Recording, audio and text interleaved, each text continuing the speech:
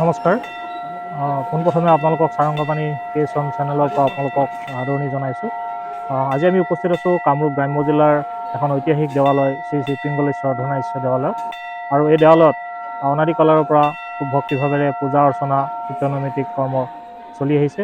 আৰু এইখন এখন অসমৰ ঐতিহাসিক স্থানসমূহৰ ভিতৰতো এখন উল্লেখযোগ্য স্থান, য'ত বিভিন্ন প্ৰান্তৰ পৰা অসমৰ বিভিন্ন প্ৰান্তৰ পৰা প্ৰত্যেক দিনাখনেই ইয়াত ভক্তিভাৱেৰে যথেষ্ট দৰ্শনাৰ্থী উপস্থিত হয় আৰু তেওঁলোকৰ মনোবাঞ্ছা পূৰণৰ কাৰণে তেওঁলোকে পূজা নৈবেদ্য আগবঢ়ায়। পোনপ্ৰথমে আমি আহি মহাদেৱ পাৰ্বতী শ্ৰী চৰণত প্ৰণিপাত জনাই সকলোৰে মংগল কামনা কৰিলোঁ। তাৰপিছতে কৰ্তৃপক্ষৰ অনুমতি সাপেক্ষে আমি যিমানখিনিলৈকে আমি নিশ্চয় গ্ৰহণ কৰিব পাৰোঁ সিমানখিনিৰ ভিতৰত আমি আপোনালোকক দেখুৱাবলৈ চেষ্টা কৰিম।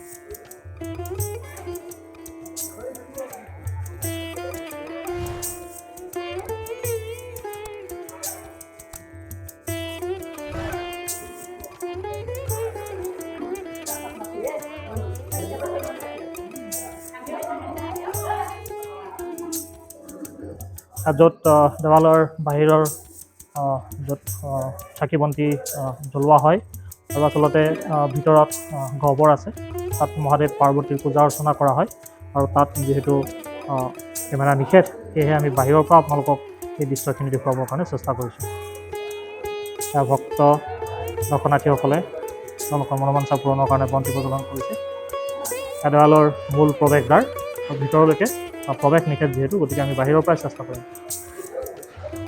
এয়া আপোনালোকে দেখিছে দৰ্শনাৰ্থীসকলে তেওঁলোকে আসন গ্ৰহণ কৰি আছে। কিছু সময়ৰ পিছতেই ভোগ তেওঁলোকে গ্ৰহণ কৰিব।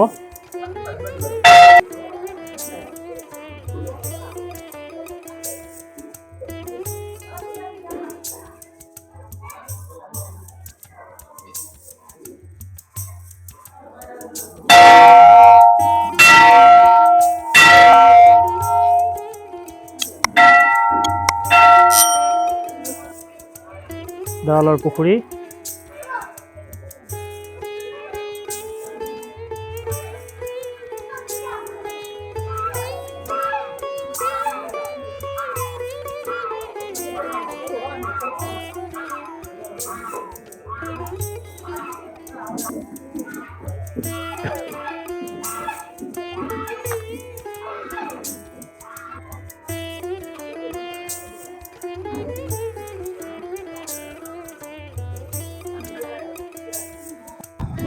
এই দেৱালয়খনৰ যিখিনি ঐতিহাসিক সমল সেইখিনি আমি চাবৰ কাৰণে চেষ্টা কৰিছোঁ।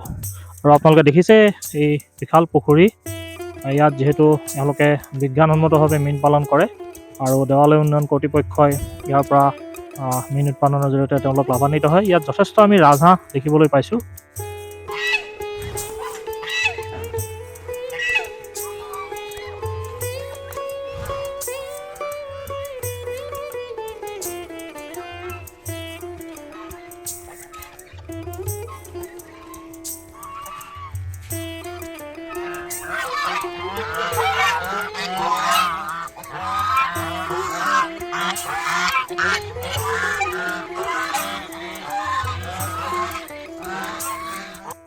অসম চৰকাৰৰ যি পুৰাতাত্ত্বিক বিভাগ আছে, অৰ্থাৎ আৰ্কিঅলজিকেল ডিপাৰ্টমেণ্ট, আৰু 2011 চনত পিংগলেশ্বৰ প্ৰত্নতাত্ত্বিক স্থান সংগ্ৰহালয়টো স্থাপিত হৈছিলে। আৰু ইয়াত যথেষ্ট ঐতিহাসিক সমল আছে। আচলতে শিলে কথা কয়, যিহেতু এইখন এখন ঐতিহাসিক দেৱালয়, গতিকে ইয়াত প্ৰত্নতাত্ত্বিক দিশৰ পৰা যথেষ্ট সমল আমি দেখিবলৈ পাইছোঁ। আৰু ইয়াত দেখিছে খুব সুন্দৰকৈ সজাই থোৱা আছে চৌহদত প্ৰভু হনুমানৰ মূৰ্তি। ইয়াত দৰ্শনাৰ্থীসকলে পূজা অৰ্চনা আগবঢ়ায় আৰু খুব সুন্দৰকৈ শ্ৰী শ্ৰী হনুমান দেৱৰ মূৰ্তি ইয়াত স্থাপিত হৈ আছে। দেৱালয়ৰ সৌভাগ্য কুণ্ড, আচলতে এইটো পুনৰ নিৰ্মাণ কৰিছিলে, দেখুৱাবৰ কাৰণে চেষ্টা কৰিছোঁ।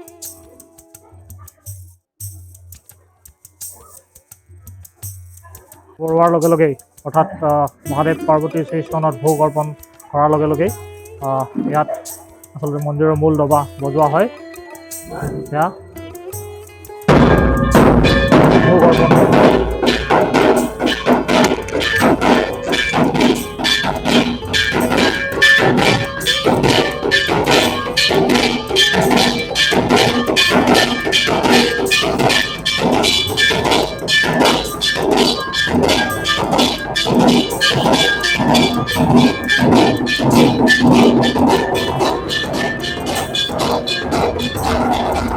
দেৱালৰ পূজাৰী প্ৰদৰ্শন কৰিছে।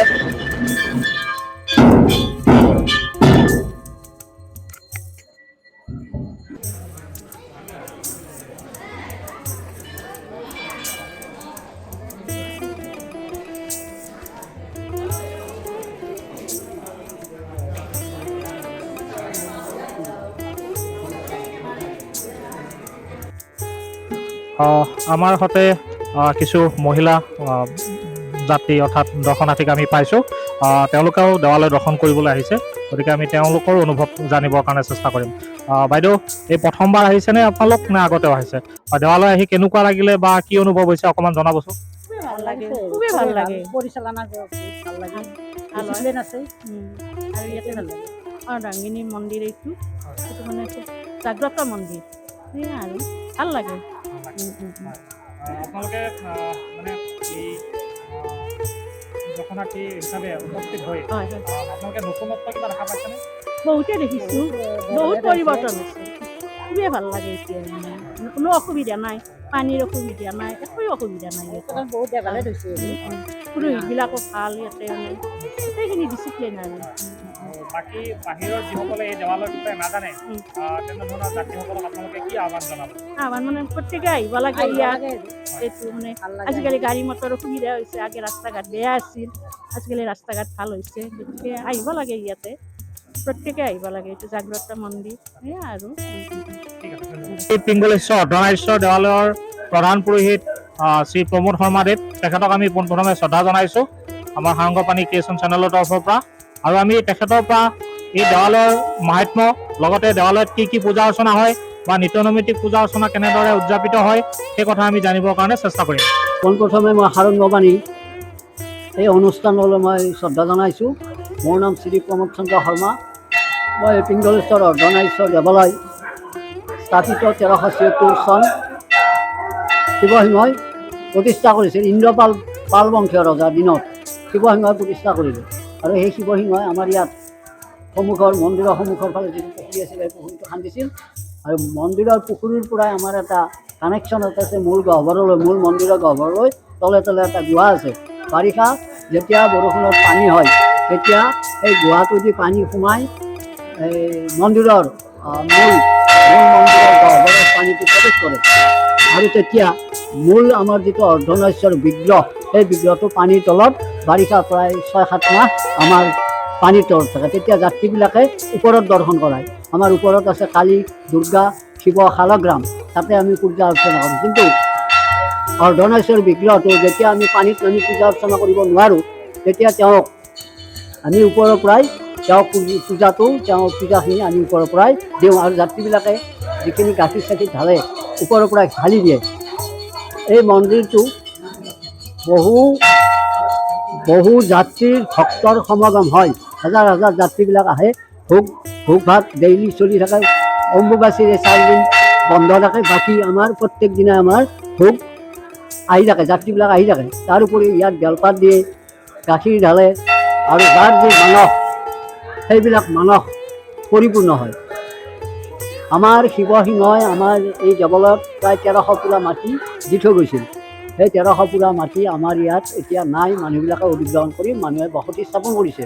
কিন্তু আমাৰ মন্দিৰৰ কেম্পাছত প্ৰায় 20 বিঘা মাটি, সন্মুখৰ ফালে খেতিৰ মাটি আছিল প্ৰায় 45 বিঘা মাটি।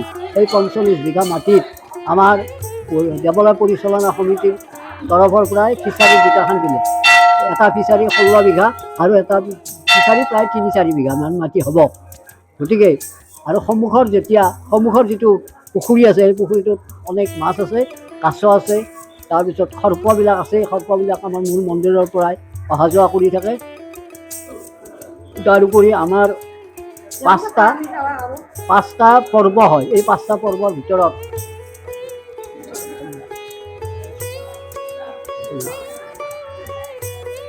আমাৰ মন্দিৰত 5টা পৰ্ব হয়। বহাগ বিহু, দুৰ্গা পূজা, কাতি বিহু, শিৱৰাত্ৰি আৰু দৌল যাত্ৰা। এই 5টা পৰ্ব আমাৰ ৰজাদিনীয়া হিচাপে আজি পৰ্যন্ত চলি আছে। তাৰোপৰিও 1962 চনৰ পৰাই শ্ৰী শ্ৰী মহাৰুদ্ৰযজ্ঞ আমাৰ সমূহ অঞ্চলৰ ৰাইজে মিলি ইয়াত ৰুদ্ৰযজ্ঞ স্থাপন কৰিছিল। তেতিয়াৰ পৰাই আমাৰ ইয়াত ৰুদ্ৰযজ্ঞ চলি আছে, কিন্তু যোৱা 19 আৰু 20 এই 2টা বৰ্ষত আমাৰ ৰুদ্ৰযজ্ঞটো বন্ধ হৈছিল কোভিড পৰিস্থিতিৰ কাৰণে। কিন্তু এইবাৰ আমাৰ ৰুদ্ৰযজ্ঞ উদযাপন হ'ব। তাৰোপৰিও আমাৰ অঞ্চলৰ ৰাইজে পূব কামৰূপ ৰাস মহোৎসৱ নামাকৰণে ৰাস মহোৎসৱ উদযাপন পালন কৰে। তাৰোপৰি হনুমান জয়ন্তী আৰু কালী পূজা, এইটো আমাৰ ৰজাদিনীয়া যিটো নিয়ম, তাৰ উপৰিও এই 2টা পৰ্ব আমাৰ ইয়াত প্ৰচলিত হৈ আছে। ইয়াত আমিষ আৰু নিৰামিষ প্ৰধানত শিৱ মন্দিৰ হ'লে নিৰামিষ হয়, কিন্তু আমাৰ যিহেতু অৰ্ধনাৰীশ্বৰ, আধা শিৱ আধা পাৰ্বতী, অৰ্থাৎ পুৰুষ আৰু প্ৰকৃতি 2টা থকাৰ কাৰণে আমাৰ ইয়াত মানে নিৰামিষটো নহয়, প্ৰধানত সামিষ ভোগটো আমাৰ উচৰ্গা হয়। কিন্তু নিৰামিষ ভোজী যিবিলাক আহে ভক্তবান ৰাইজ, তেওঁবিলাকৰ কাৰণে আমাৰ সেই সুবিধাটো আছে।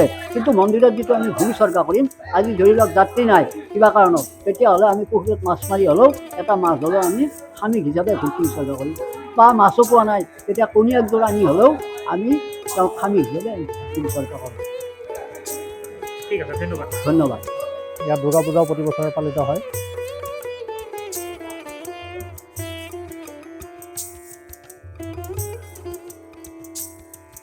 দুৰ্গা পূজাৰ উপৰিও ইয়াত কালী পূজা আৰু শ্ৰীকৃষ্ণৰ ৰাসোৎসৱো ইয়াত উদযাপন হৈ আহিছে। গতিকে প্ৰায়খিনি ধৰ্মীয় উৎসৱেই এই দেৱালয়খনত পালন কৰা হয়। তাৰ উপৰিও যদি শুভ কাৰ্য, চূড়াকৰণ, অন্নপ্ৰাশন, শুভ বিবাহ আদি নিয়াৰিকৈ অনুষ্ঠিত কৰাৰ সুব্যৱস্থা ইয়াত দেৱালয় কৰ্তৃপক্ষই ৰাখে।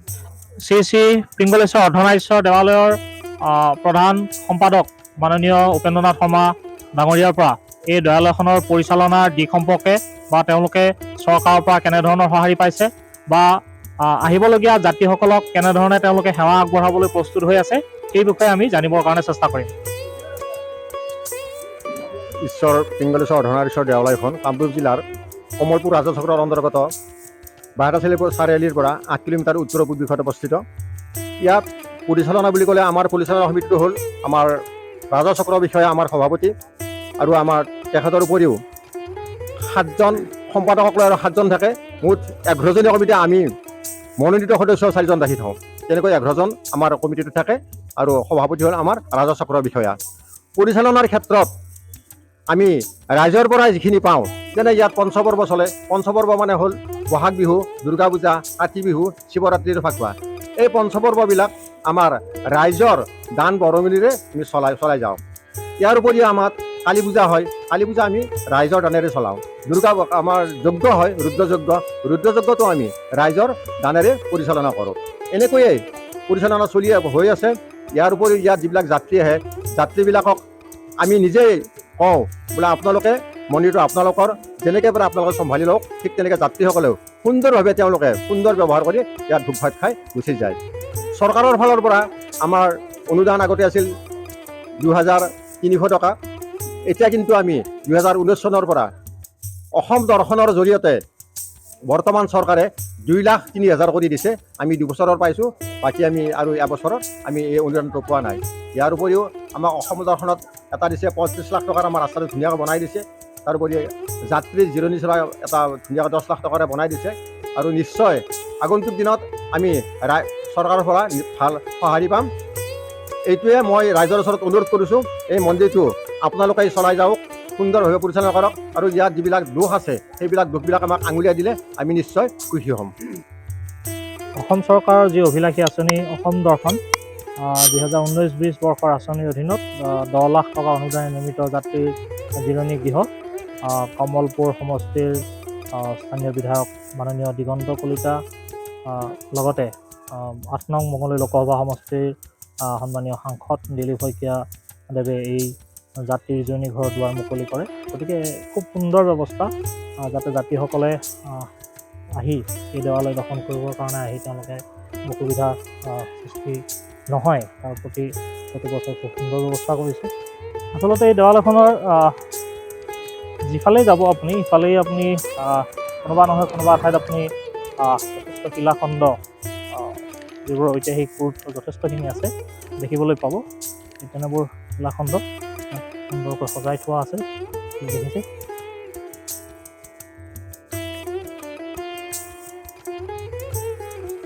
পৰ্যটনথলী হিচাপে আৰু অধিক ৰাইজক আকৰ্ষণ কৰিব পৰাকৈ সমল নিশ্চয় আছে। ইয়াৰ বাবে দেৱালয় কৰ্তৃপক্ষ বা চৰকাৰৰ যথেষ্টখিনি কৰণীয় আছে বুলি অনুভৱ হয়। গতিকে এটি জাকত জিলিকা পৰ্যটন ক্ষেত্ৰ হিচাপে উত্তৰণ কৰিবলৈ এই দেৱালয়খনে যথেষ্টখিনি সুযোগ দিব বুলি আশা কৰিব পাৰি।